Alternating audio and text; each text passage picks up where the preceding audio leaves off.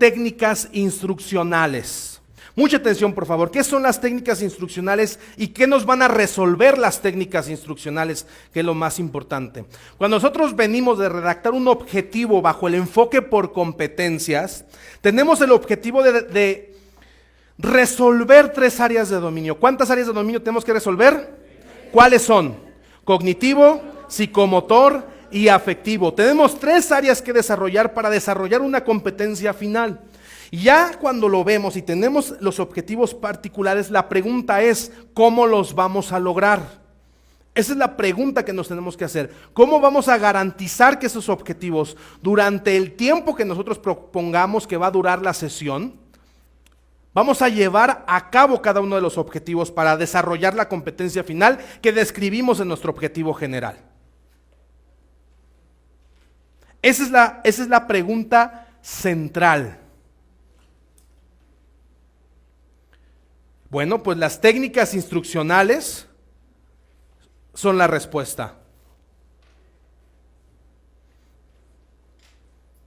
Las técnicas instruccionales son la respuesta. ¿Cuántas técnicas instruccionales hay? Son 3 técnicas instruccionales, 3 grandes técnicas instruccionales.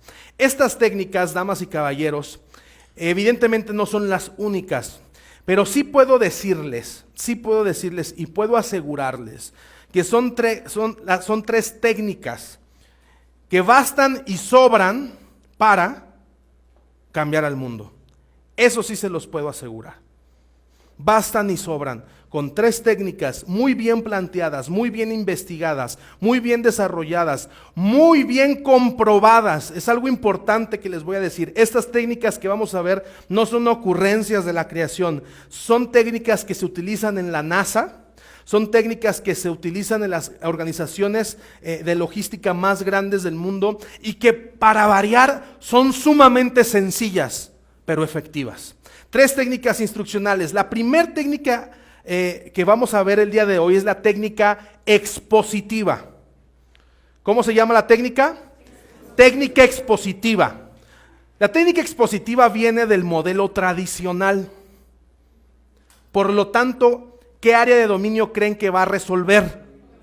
La área de dominio cognitiva. Ok, Cristian, entonces tú me estás diciendo que para desarrollar conocimiento existe una técnica que se llama técnica expositiva. Así es, eso es lo que te estoy diciendo. Esta técnica nos da los elementos necesarios para poder garantizar la transferencia de conocimiento de una persona a otra. Pero no solamente la transferencia, sino que esa transferencia sea significativa en la persona. ¿Sí me explicó?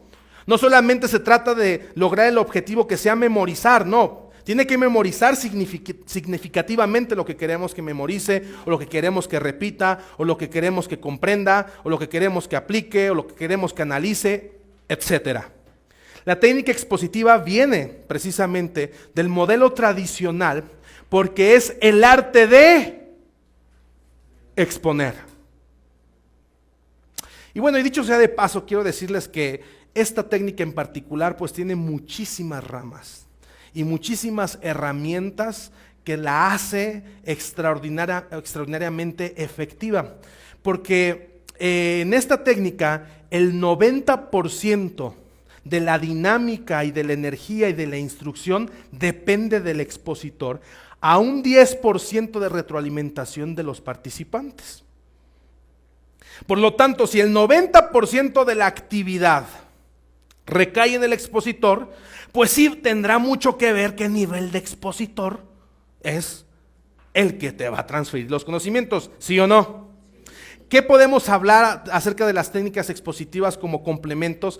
Pues si el expositor tiene dominio de técnicas como de programación neurolingüística, lenguaje verbal, no verbal, si tiene conocimientos de homilética, de apologética, incluso hoy en día ya se están dando cursos de stand-up para conferencistas, ¿no? Para que no seas, pues que seas medio chistosito y no estés así como que, ¿no? Es decir, hay muchas técnicas que al expositor lo visten, muchísimas. Por ejemplo, yo soy muy amigo de Gordoa, de aquí del consultor de imagen pública más famoso de México, y es impresionante la cantidad de gente que estudia el tema de la imagen, ¿verdad? Y y lo importante y el impacto que tiene ver algo, si no bonito, pues por lo menos en línea, ¿no? Sí, porque la verdad es que uno no tiene la culpa de la cara que tiene, pero sí de la que pone. Entonces imagínate cuando tú estás exponiendo algo que no tengas la seguridad de poder proyectar algo, pues es básico, ¿no? Sin embargo, les tengo una buena noticia. ¿Qué creen? Que el aprendizaje significativo no depende totalmente de esas técnicas de las cuales les acabo de hablar. Depende de la manera en la que insertas el conocimiento en las personas. Ahí está el punto esencial. Todo lo demás te va a vestir, te va a ayudar, va a hacer que sea más amena tu participación, incluso que entretengas y enseñas al mismo tiempo, pero finalmente no es lo esencial. Porque el expositor, el objetivo que tiene es transmitir conocimientos, y la pregunta es, ¿cómo se transmiten conocimientos? La técnica es muy sencilla. La técnica te dice que la manera de transmitir conocimientos significativos en la persona, y más en los adultos, esto lo habla la andragogía, es a través del desarrollo de los distintos marcos que existen en la información. Hay 3 marcos muy importantes. El primero es el marco histórico de la información. El segundo marco es el marco teórico de la información. El tercer marco es el marco conceptual de la información. La técnica expositiva te dice, te narra que para poder tú exponer una idea y que la persona le quede clara y la ancle a sus conocimientos, debe de existir una estructura de ideas en una cronología específica. Cuando tú quieras enseñar algo, la mejor manera de enseñarle algo a alguien es a través de la mención del marco histórico del conocimiento. Ese es el primer punto que tiene que tocar un expositor. Háblame de la historia de lo que me vas a enseñar. ¿Qué tan importante es en un adulto conocer el origen de la información?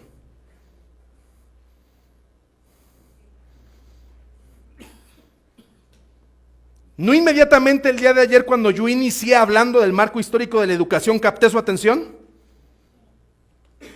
¿Por qué captas la atención inmediatamente? Porque el ser humano, por naturaleza, por reflejo y por instinto, está ligado a su historia. Y es un elemento altamente interesante para el adulto, la historia de los fenómenos. Entonces, cuando tú empiezas a construir el conocimiento desde el marco histórico, lo primero que vas a tener es la atención de las personas. Lo segundo que vas a tener es el interés de las personas. ¿Sí o no? Y lo tercero que vas a obtener es la admiración de las personas, porque no cualquiera conoce los fundamentos históricos de lo que está enseñando.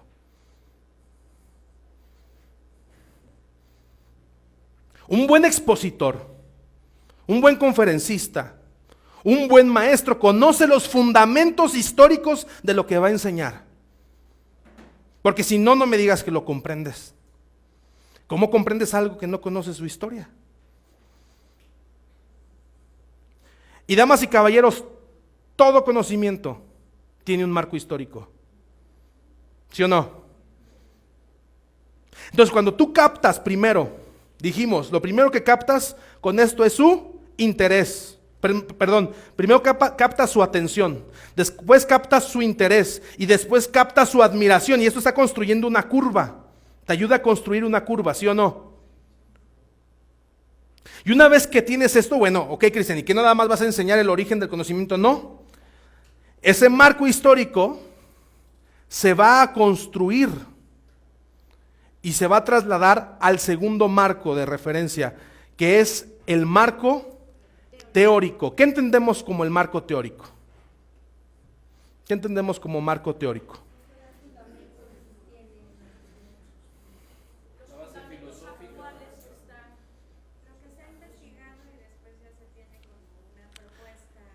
El marco teórico es la teoría alrededor del concepto.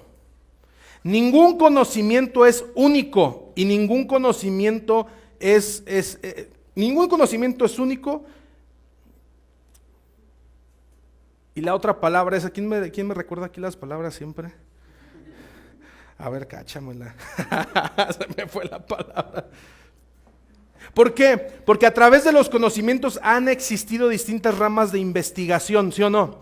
Las teorías alrededor de lo que se habla. Entonces, cuando tú estás construyendo desde el marco histórico y empiezas a hablar de las teorías alrededor del concepto, empiezas a construir una base sólida de información que empieza a trabajar en el córtex del cerebro de las personas para poder intercambiar una información por otra. Algo que van a ver en andragogía más adelante es que el adulto tiene conocimientos previos siempre de lo que le estás hablando. ¿Sí sabían ustedes eso? O sea, cuando tú estás en un proceso de aprendizaje en un adulto y tú estás exponiendo información que puede ser información nueva para el adulto, lo primero que debe de saber el instructor es que hay información previa en la persona en la que quieres insertar la nueva información. Lo debes de tener consciente, ¿sí o no? Y para insertar información nueva en un adulto, pues no nada más, un adulto no se cree lo primero que le dicen, ¿o sí? Lo primero que hace el adulto es cuestionar, dudar. Ah, caray, yo sabía esto, ¿por qué él dice lo otro? ¿No? Es lo más normal. Si no lo haces, te invito a que lo hagas. Duda, exactamente, la diferencia de un niño. En la andragogía es una diferencia entre pedagogía y andragogía. El niño es una esponja, absorbe el conocimiento. El adulto no la absorbe. El adulto elige qué aprender bajo los fundamentos del conocimiento que se le está presentando. Entonces, el marco teórico son los argumentos alrededor de la información. Es el dominio alrededor de la información. Recuerdan que yo de pasar del marco histórico pasé al marco teórico hablándoles de las distintas modelos educativos en la historia. Estas son las ramas, estas son las corrientes, mira. Esto dice Pavlov, esto dice Skinner, esto dice Rogers, esto dice Pierrier, esto dice Benjamin Bloom. Y el dominio de los datos duros de la información son básicos para el conocimiento andragógico, son básicos para la exposición, para el expositor. ¿Cuántos datos duros tú das en lo que hablas? Porque los datos duros son la información precisa y científica de lo que estás diciendo. ¿Y cuántos comentarios personales tú das?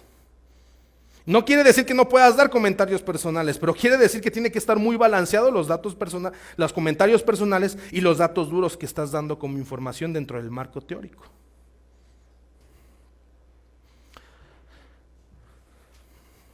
Bueno, Cristian, ¿y después? Después del marco teórico, definición de conceptos. ¿Por qué la definición de conceptos? Porque finalmente tú tienes un objetivo particular que describe exactamente lo que le tienes que enseñar. O sea, no lo vas a dejar en el limbo. ¿Sí o no? No le vas a decir, pues ahí tú la que opines o la que pienses que es la más correcta, esa aprende. No. Tienes que culminar y llegar al punto. Entonces, después de que te construye el marco histórico, después de que te construye el marco teórico, llego al punto al que quiero llegar. El enfoque por competencias es esto. Pero al momento en que el expositor llega en ese punto, tú construiste una curva de aprendizaje llena de congruencia de información, que al momento en que tú llegas al concepto, la persona, el adulto que es inteligente, le hace sentido y en ese momento se convierte en un aprendizaje significativo. Cuando llegas al concepto, y por supuesto el concepto siempre tiene que estar también súper bien respaldado con información.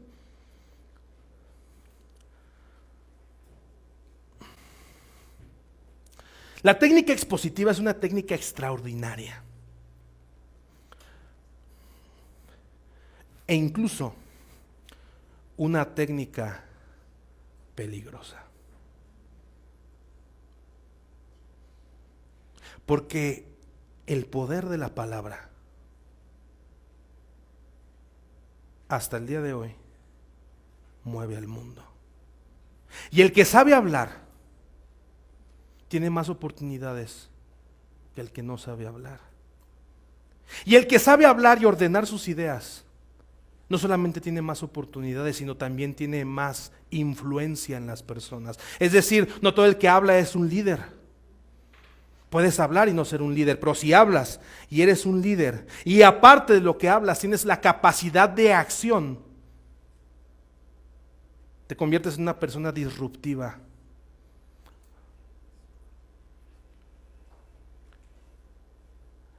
Hay un libro que les recomiendo, de un autor que no les recomiendo. Mi lucha, de Adolfo Hitler. ¿Quieren saber quién ha sido el orador con mayor impacto medido en sus palabras? Es Adolfo Hitler. ¿Cómo, Cristian? ¿Por qué? Sí. O sea, vámonos a los resultados de lo que hablas, no de lo bonito que lo puedas decir, ¿sí o no? Porque el resultado de un buen orador es lo que puedes mover con tus palabras, no lo que puedes decir con ellas. Tú puedes decir muchísimas cosas. Hay personas que se levantan a diario. Es más, hoy en día en Facebook y en las redes sociales estamos llenos de gente que tiene cosas que decir. O que más bien dice cosas. ¿Y qué mueven? Son gente que tiene ganas de hablar.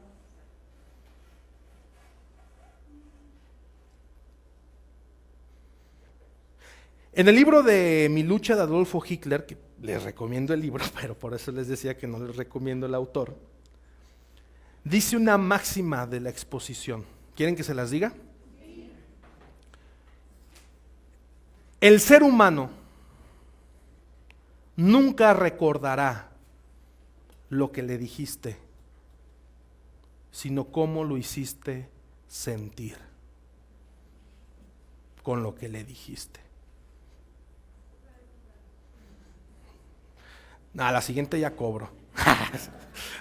El ser humano nunca recordará lo que le dijiste, sino cómo lo hiciste sentir con lo que le dijiste.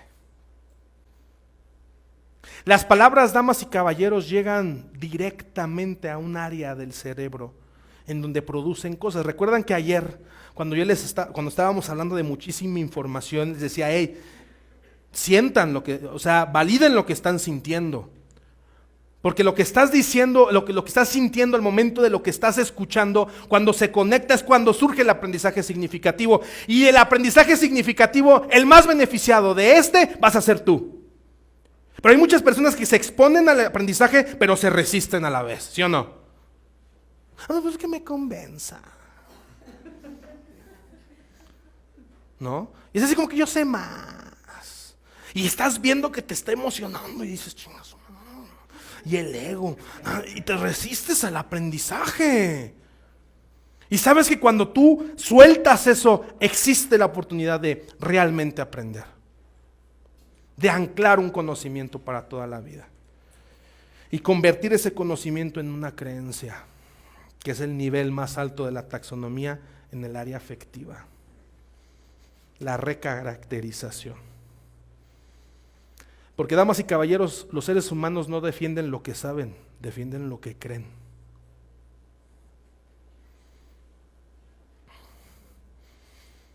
¿Sí o no? La creencia es el nivel más alto de un aprendizaje. Pero no quiere decir que como lo elevaste a nivel de creencia, siempre tienes que tener a huevo esa creencia, ¿verdad? No es que ya es mi creencia, no, esto es así, no, espérate. O sea, hay creencias limitantes que te funcionaron en alguna parte de tu vida, pero ahora no te van a funcionar porque ya cambió, porque ya hay más investigación, porque ya hay más información. Escucha, exponte al conocimiento, y una vez que te expongas al conocimiento, vas a tener la oportunidad de decidir como adulto si intercambias un conocimiento por otro y lo elevas a su mayor magnitud, que es el estado de la creencia. Eso es lo que puede construir un expositor.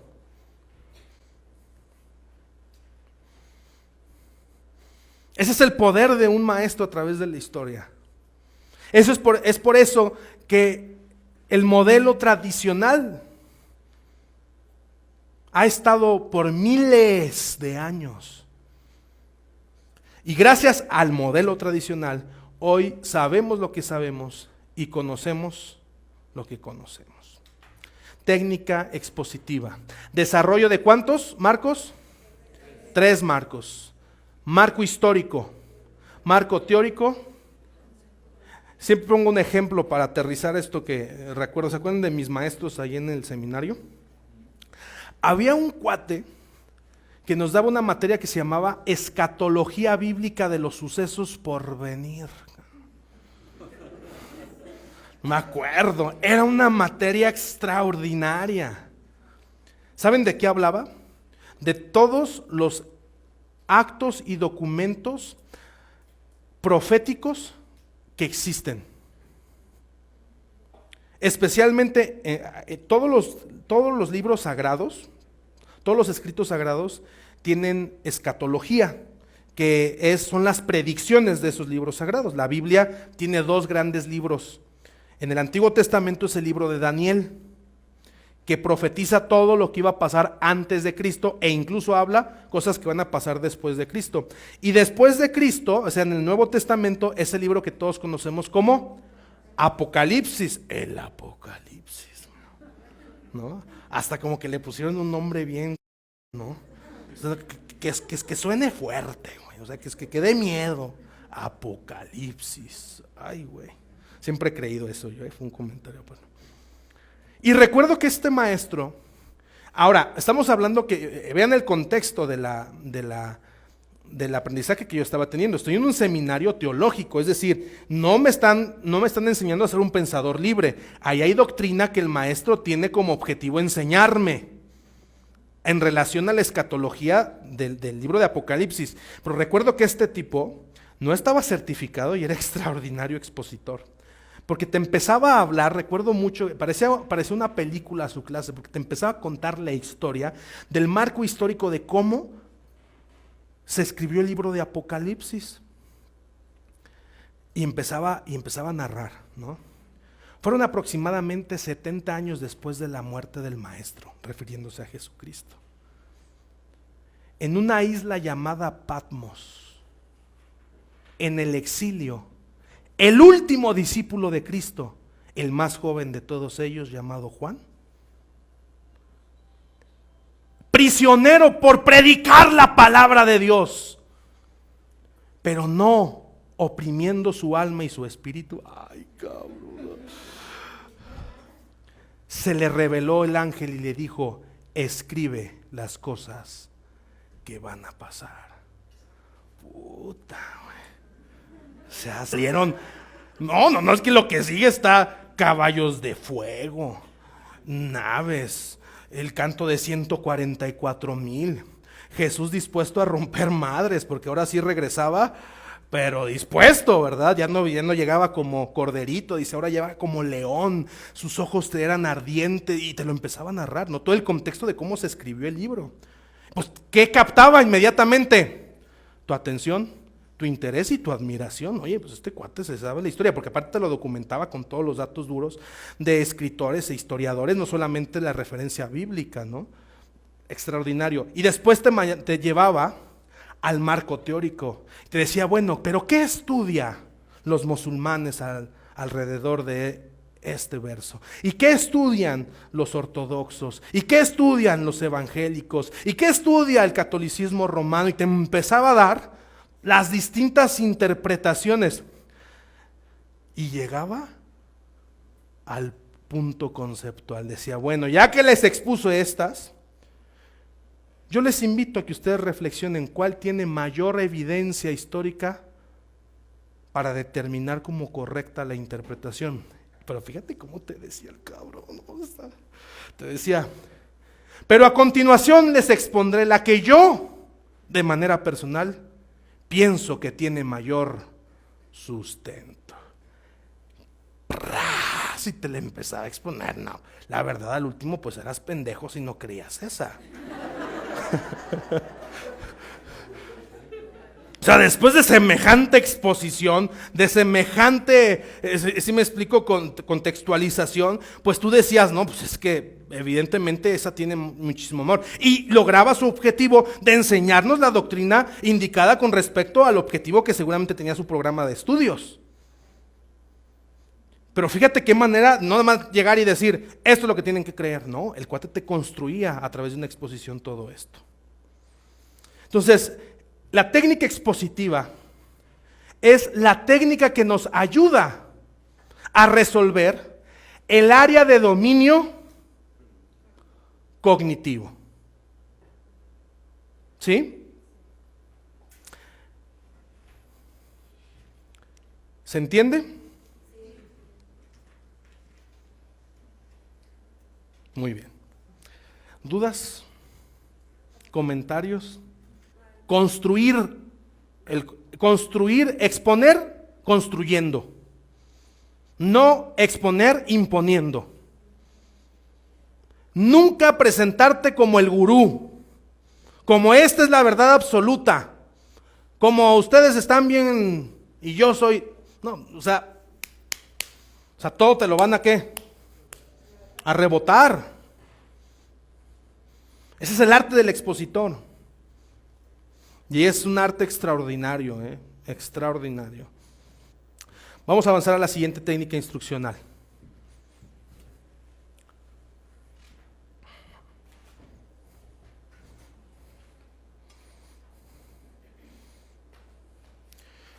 Entonces, la técnica expositiva resuelve el área de dominio cognitivo. El objetivo, el verbo cognitivo que nosotros pusimos ahí se va a desarrollar a través de esta técnica. ¿Sí? Segunda técnica instruccional. Técnica demostrativa. La técnica demostrativa, damas y caballeros, es una técnica que tiene varios nombres, se conoce a nivel mundial de distintas maneras. Por lo menos otras dos maneras que se conocen, y lo digo a manera de referencia, se conoce como la técnica de los 4 pasos, o también se conoce como la técnica ejecución-demostración. Esta técnica es utilizada y fue no solamente utilizada, sino implementada con mucho éxito en la NASA. Esta es parte de sus procedimientos de enseñanza, la técnica demostrativa. También es parte de las técnicas de enseñanza de bomberos, policías, protección civil, médicos, etcétera. ¿Por qué? Porque tiene el objetivo de desarrollar una habilidad psicomotora del área de dominio psicomotor, del saber hacer. La pregunta es, ¿cómo resuelvo el área de dominio psicomotor que redacté en mi objetivo general? Esa es la pregunta. ¿Cómo voy a resolver cuando estoy poniendo el verbo repetir movimientos, ejecutar conscientemente? ¿Cómo voy a resolver y voy a dar garantía de que eso de que eso va a suceder durante el proceso de aprendizaje? Técnica demostrativa. Nace del modelo conductista. Con esta técnica, la NASA enseña a barrer una persona y a volar en un avión, en un cohete. Funciona, y funciona muy bien. Vamos a conocer, ¿por qué se conoce como la técnica de los 4 pasos? Porque hay 4 pasos que hay que hacer para poder desarrollar la habilidad psicomotora en la persona. El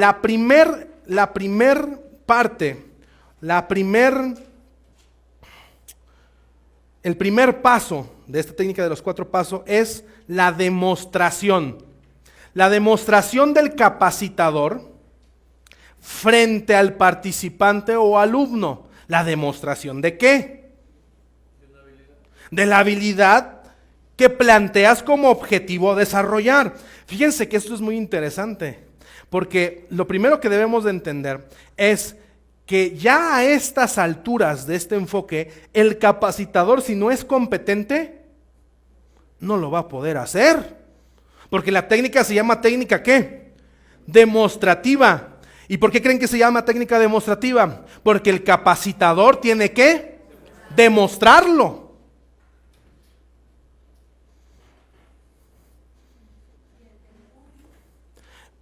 Ante el participante, ante quien vas a desarrollar la habilidad. Se tiene que demostrar. Un dato antes de avanzar que posiblemente no comenté, es esto de los roles del instructor frente al enfoque. Hay distintos roles del instructor que dentro de la industria hay muchas dudas y siempre mucha,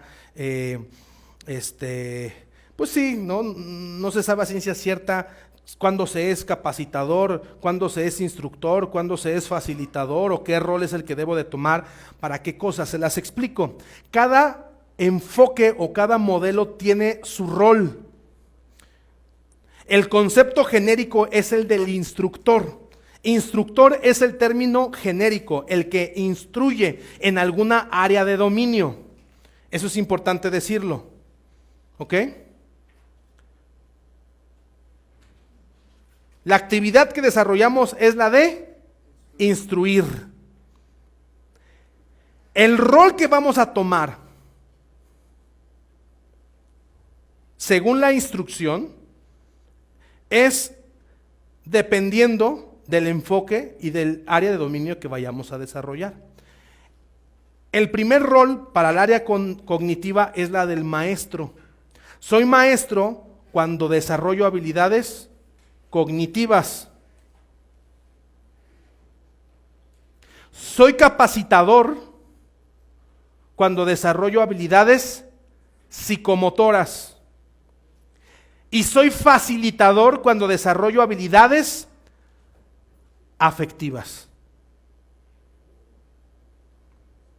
Regresando al punto, entonces decimos que el primer paso del área de la técnica demostrativa es demostrar. ¿Ok?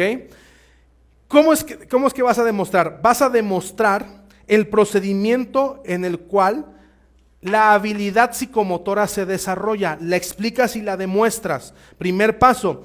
Una vez que la demuestras, como el participante te observó, vas a resolver dudas de la demostración. Ese es el segundo paso. Después de que resuelves dudas, dejas que ahora él lo practique, lo haga. ¿A manera de qué? A manera de ejercicio formativo. Aquí no estamos evaluando si lo va a hacer bien o lo va a hacer mal. Aquí estamos acercando al alumno al aprendizaje significativo psicomotor. Es decir, hazlo. ¿A qué se enfrenta normalmente el adulto cuando ya lo pones? Ahora sí. Normalmente quiero que me des 10 horas de teoría y después como que dame chance yo de ir poco a poquito ahí, ¿no? No. Esa técnica inmediatamente te mete al ruedo a manera formativa. ¿Por qué? Porque yo ya te demostré cómo se hace. ¿Sí o no? Ahora hazlo tú. Ya te resolví dudas de lo que observaste, ahora hazlo tú. Pero mientras lo haces tú, yo, experto, te voy a observar. Para que el cuarto paso sea retroalimentar tu práctica.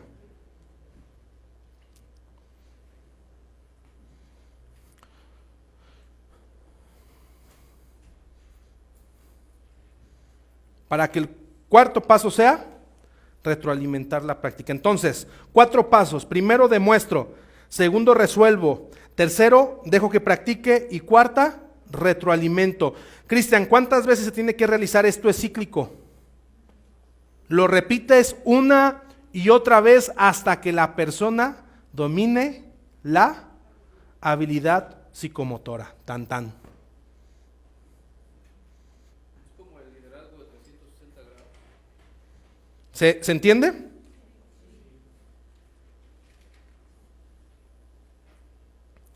Entonces, algo que es necesario entender en la técnica demostrativa.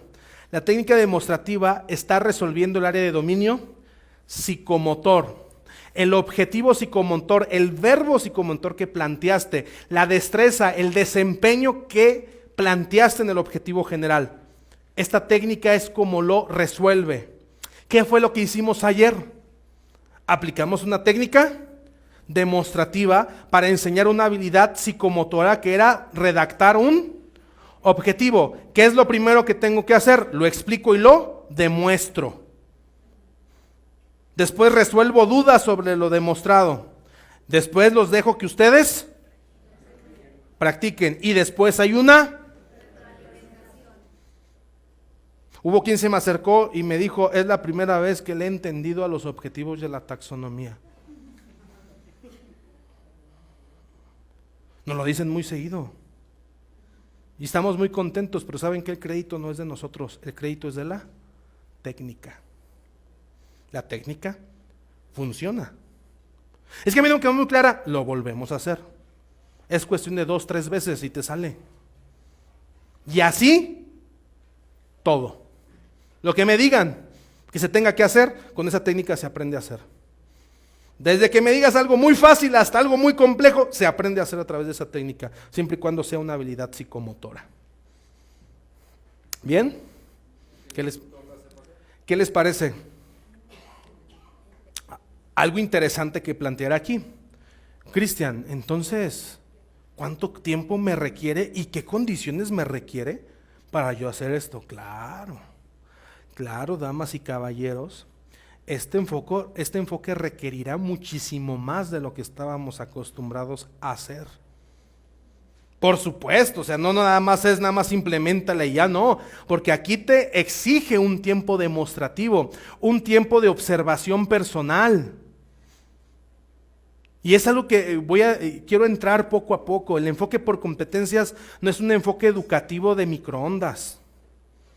No es pásale y en 15 horas resuelves la competencia, no. Aquí van a estar 15 horas viendo la parte teórica, pero les falta desarrollar todo su modelo, les falta asesorías, presentarle evaluación. Ahí es donde se va construyendo la verdadera competencia. Es decir, este enfoque es un enfoque que requiere muchísimo compromiso y muchísima profesionalidad del instructor.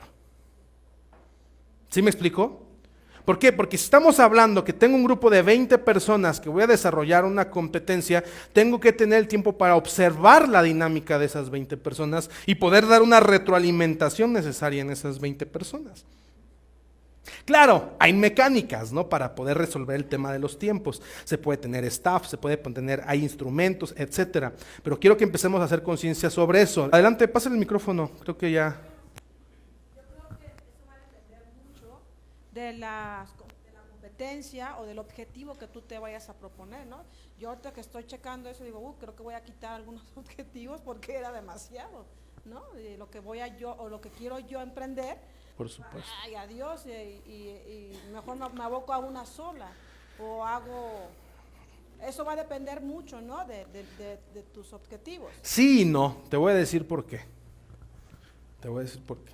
A manera de aprendizaje, ¿no? Si tú me dices que tienes que cambiar o quitar cosas a tu objetivo porque ves que la dinámica de las técnicas es compleja, pero te cae el 20 que es así, eso es verdad. Pero acuérdate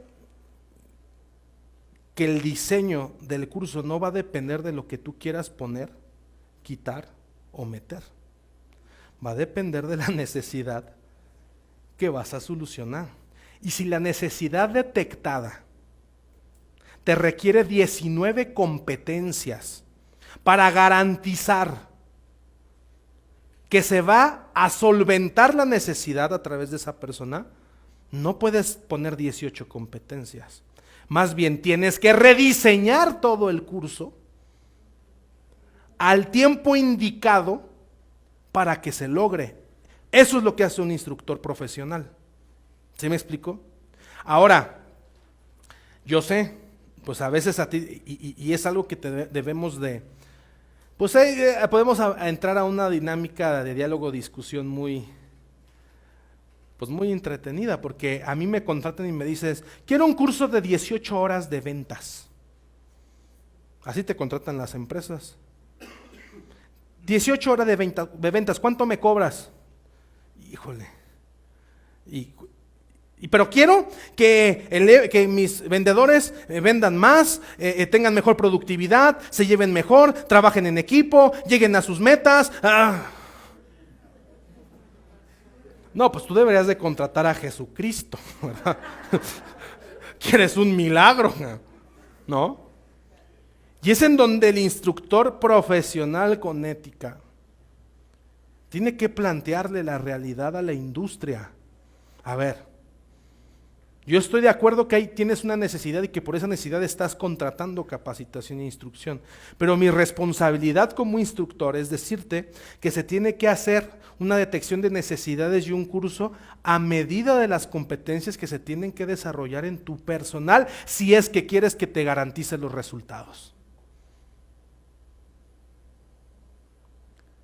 Sí nos podríamos meter en camisa, porque van a decir, oye, pero pues ¿a poco van a hacer? Y ahí nos metemos, pero esa es la realidad. ¿Quieres garantizar resultados? Tienes que diseñar programas educativos que satisfacen una necesidad, resultado de la necesidad antes que el interés personal o del que te está contratando, ¿no? Pero pues ahí ese es todo un tema. Sí. ¿Qué pasa cuando en el caso que comentas, vamos a pensar en una empresa que tiene una fuerza de ventas de 20 vendedores? Algunos de esos vendedores tendrán unas competencias y otros tendrán otras. Entonces, ¿qué sucede cuando tú detectas que, voy a poner un ejemplo, 10 de esos vendedores tienen que desarrollar la competencia de cerrar las ventas y los otros 10 tienen que desarrollar la competencia de prospectar? Ajá. Entonces, ¿los tienes que trabajar por separado o haces uno de ya trabajes con todos o cómo le haces? Porque son competencias diferentes. Así es, son aprendizajes distintos. Tú lo acabas de decir. Si me preguntas la manera óptima, es la obvia. Pues evidentemente si él lo que tiene que desarrollar es una competencia como cerrador y el otro tiene que desarrollar una competencia como se le llama, como prospector ancla, pues son dos competencias totalmente distintas. Sí, dentro de las 5 habilidades del vendedor, pero finalmente, por ejemplo, yo cuando entrenaba en ventas a los vendedores de tiempos compartidos, efectivamente, no sé si ustedes sepan, pero hay 5 vendedores metidos en un mismo proceso de venta con una persona. Está el malo, el bueno, el chido, el buena onda y el ojete.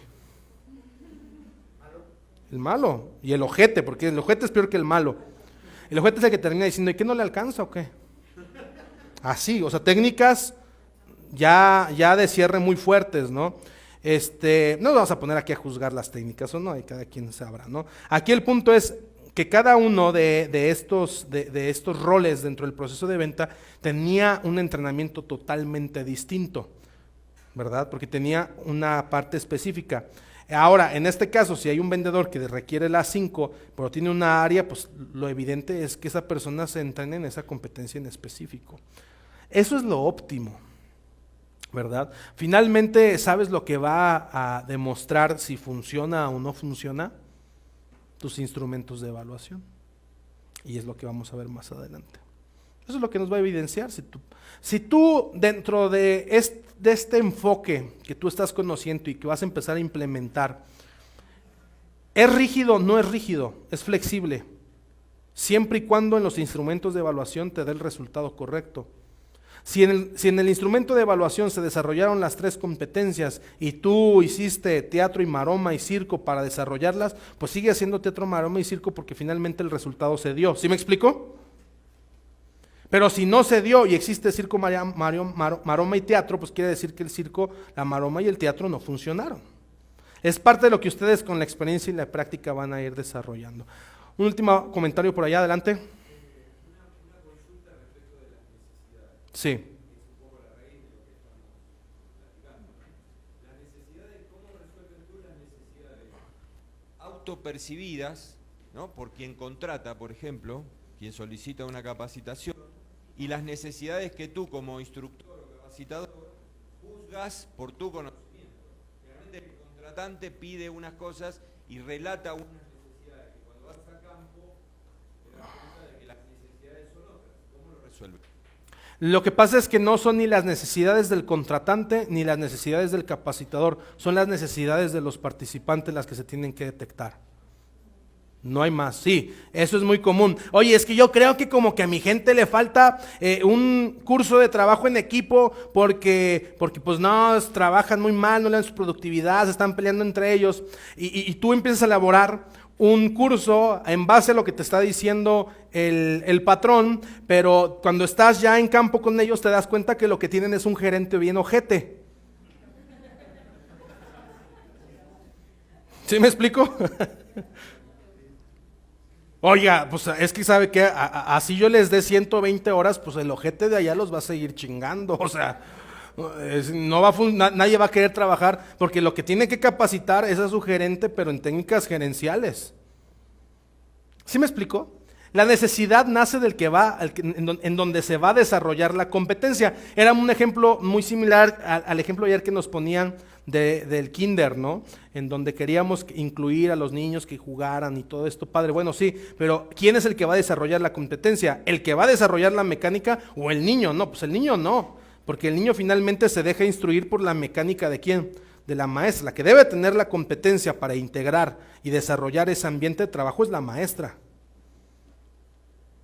Y esa es una parte, qué comentario tan más interesante, detectar de dónde nace la necesidad, siempre va a ser del participante, en la materia, el capital humano con el que se va a trabajar. Muchas veces no quiere decir que el patrón no sepa lo que necesite, posiblemente puede acertar, pero es por eso que hay instrumentos diagnósticos que vamos a ver aquí, para que no sea nuestra opinión, sino las evidencias que nos marquen la ruta, ¿verdad? Adelante. Muy bien, continuamos. Tercer técnica, llevamos 2, ¿cuáles son? Técnica expositiva, que resuelve el área de dominio. La técnica demostrativa, que resuelve el área de dominio. Y ahora vamos a la técnica instruccional, diálogo, discusión, que resuelve el área de dominio afectivo. Esta está muy interesante. ¿Por qué está interesante? Porque a diferencia de las otras 2 técnicas que vienen de un modelo tradicional y conductista, es decir, de un método, resulta y resalta que la técnica diálogo-discusión no hay una sola manera de hacerla, porque viene de la escuela humanista constructivista. Por lo tanto, voy a ser muy certero en lo que tiene como objetivo la técnica diálogo-discusión. Si quieren anotar,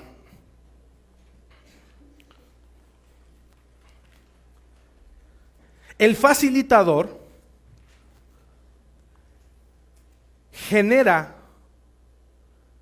las condiciones necesarias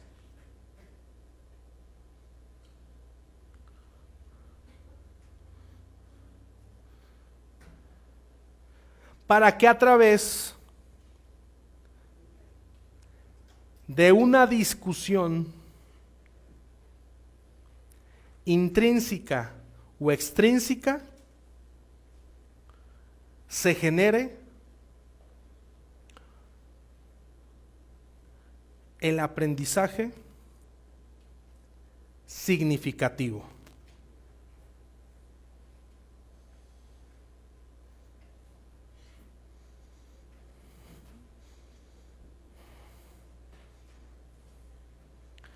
Fíjense bien, la técnica diálogo-discusión busca que el facilitador, es el rol indicado, a diferencia del maestro, en donde teníamos el 90% de la escena el maestro, a un 10% el alumno o el participante, en la técnica diálogo-discusión tenemos un 10%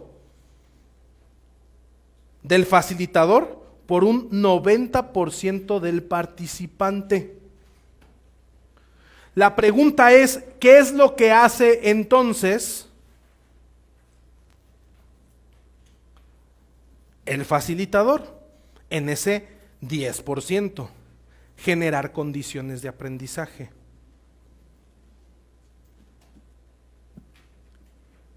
Generar las condiciones para que la actitud, el hábito o el valor salten a la mesa y se pueda discutir sobre ellos con la intención de valorar, generar conciencia, reconocer y todos los verbos que tenemos en la taxonomía.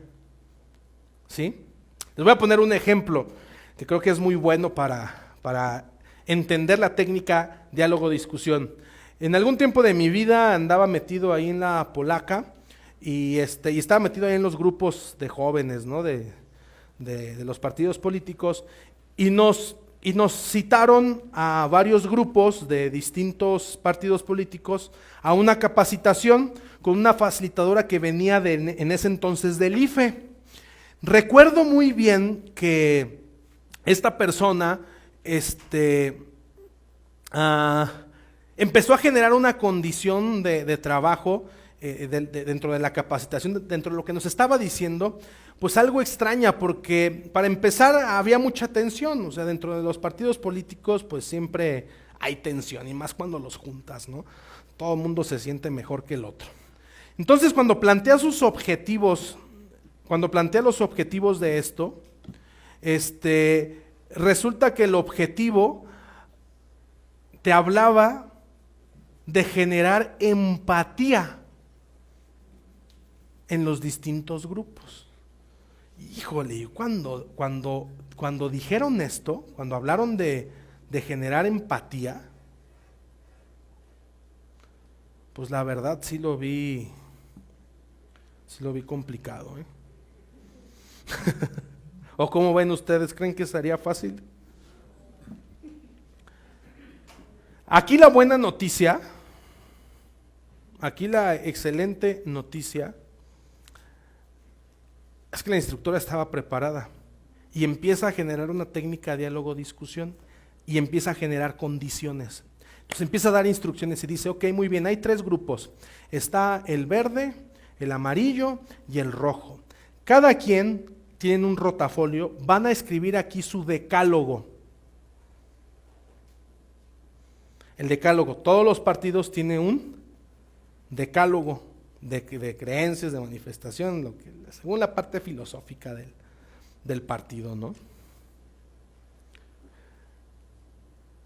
Y lo vamos a debatir y lo vamos a defender. Entonces ya sabrás, pues todos, ¿no? Cada uno tras. ¿Quién era el que estaba trabajando? Nosotros. El facilitador solamente estaba generando ¿qué? Condiciones. Entonces,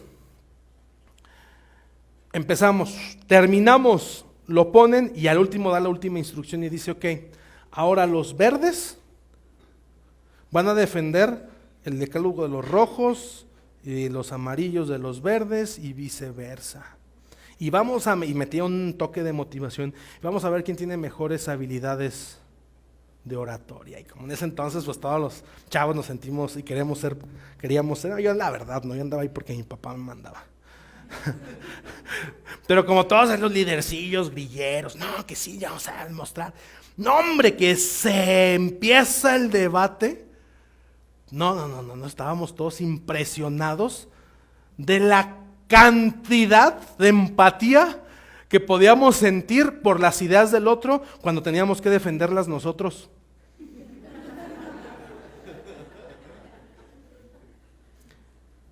Qué congruencia, qué congruentes los términos del decálogo del verde y del rojo y del, no, es que estos y por qué los otros, no, es que los otros no, y le tiraban a los otros que realmente eran los de ellos, ¿no? Y al finalizar esa condición que generó la facilitadora, pues llega el momento de las conclusiones, ¿no? O sea, ¿qué conclusión llega? No, pues la verdad todos estábamos súper espantados y súper apenados, ¿no? Porque ahora llegaba el momento, no, pues, y realmente, pues sí existía sí se generó esa conciencia de sentir empatía y entender que finalmente, pues las ideas utópicas que se pueden llegar a tener, pues llegan a tener mucho sentido con respecto a quién las defiende y quién las cree. Y que no todo lo de allá está mal, ni todo lo mío está bien. ¿Y que creen logró? Yo creo que sí logró el objetivo. Pero fue gracias a ¿qué? A una técnica, diálogo-discusión. ¿Por qué se llama diálogo-discusión? Porque como lo pongo ahí en su término, la técnica diálogo-discusión es una técnica que se genera fuera o dentro de nosotros mismos. Es decir, la reflexión puede estar en el debate de ideas o internamente. Y ahí es en donde se crea o se desarrolla el hábito o el valor que estamos planteando en nuestro objetivo general. En ese debate de ideas, en esa exposición de motivos, que genera, ¿quién? El facilitador.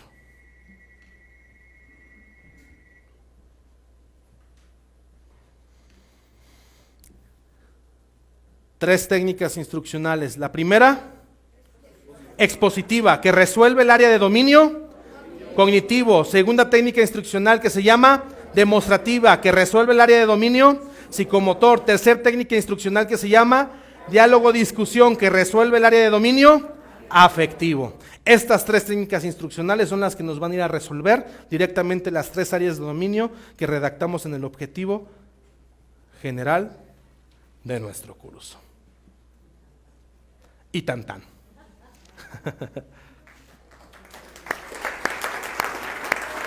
Ya no los tuve que regañar para que aplaudieran.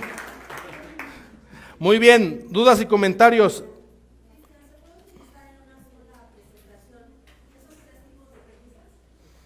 ¿Cómo que en una sola presentación? Colegas, les voy a pedir que pongamos atención acá porque me distraen a todos. Te escuchamos. En un taller de 3 horas, que es un taller largo, ¿se pueden implementar esos 3 tipos de técnicas? ¿O no? No, es que se deben de. En el enfoque por competencia no hay de otra. O sea, son las técnicas que tienes que hacer. Sí o sí. Las tres, porque si tienes 3 verbos de 3 áreas de dominio distinta, estas son las llaves que te abren esa puerta. No puede no haberlas, pues, ¿no? Adelante, allá atrás. Sí.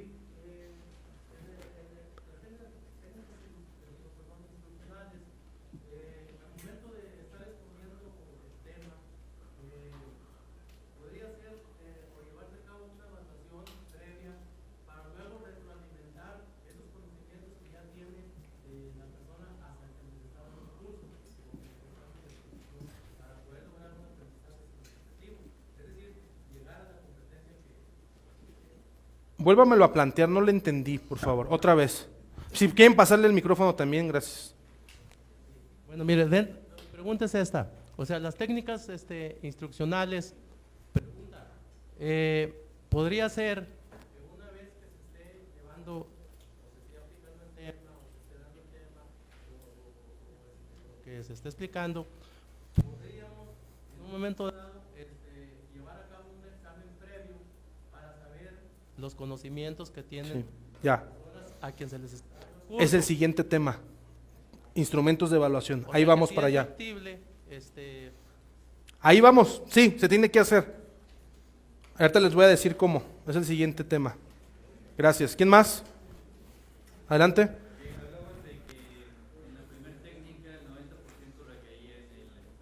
Sí. 50-50. Porque demuestras y el otro también demuestra. Es 50-50, sí. Se va viendo cómo va a empezar en el enfoque por competencias. El protagonista es el maestro, pero el que termina siendo el protagonista, ¿quién es? El alumno, en donde se desarrolla la competencia. Así es. ¿Alguien más?